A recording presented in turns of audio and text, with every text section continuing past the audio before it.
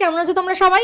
Ready হয়ে নিয়েছি দেখতেই পাচ্ছ, আর সঙ্গে নিয়ে নিচ্ছি একটা ব্যাগ। এখন অনেক দিন পর আমরা যাচ্ছি হচ্ছে লং ড্রাইভে ঘুরতে। তোমাদের দাদাভাই আমাকে নিয়ে যাচ্ছে একটু ফর আ চেঞ্জ বলতেই পারো।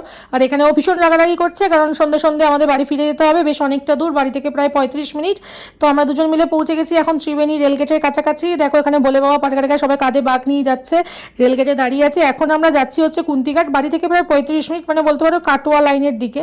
তো আমরা এখন এসেছি এই মিষ্টির দোকানে, মানে এই মিষ্টির দোকানের উদ্দেশ্যেই আসা আর কি। এখানে তোমাদের দাদাভাই একটা ফেভারিট মিষ্টি আছে, যে মিষ্টিটা কোনো দোকানেই পাওয়া যায় না, একমাত্র এই দোকানেই পাওয়া যায়। আর তো দাদাভাই হচ্ছে মিষ্টি বয়, তাই জন্য মিষ্টি বয়ের জন্য মিষ্টি নিতে আমরা 35 মিনিট জার্নি করে চলে এসেছি। এইখানে ঘোরাও হলো, আর এখানে মানে রথ দেখা কলা বেচা দুটোই হলো। আর আমি এখানে মিষ্টি প্যাকিং করে নিচ্ছি বাড়িতে সবার জন্য।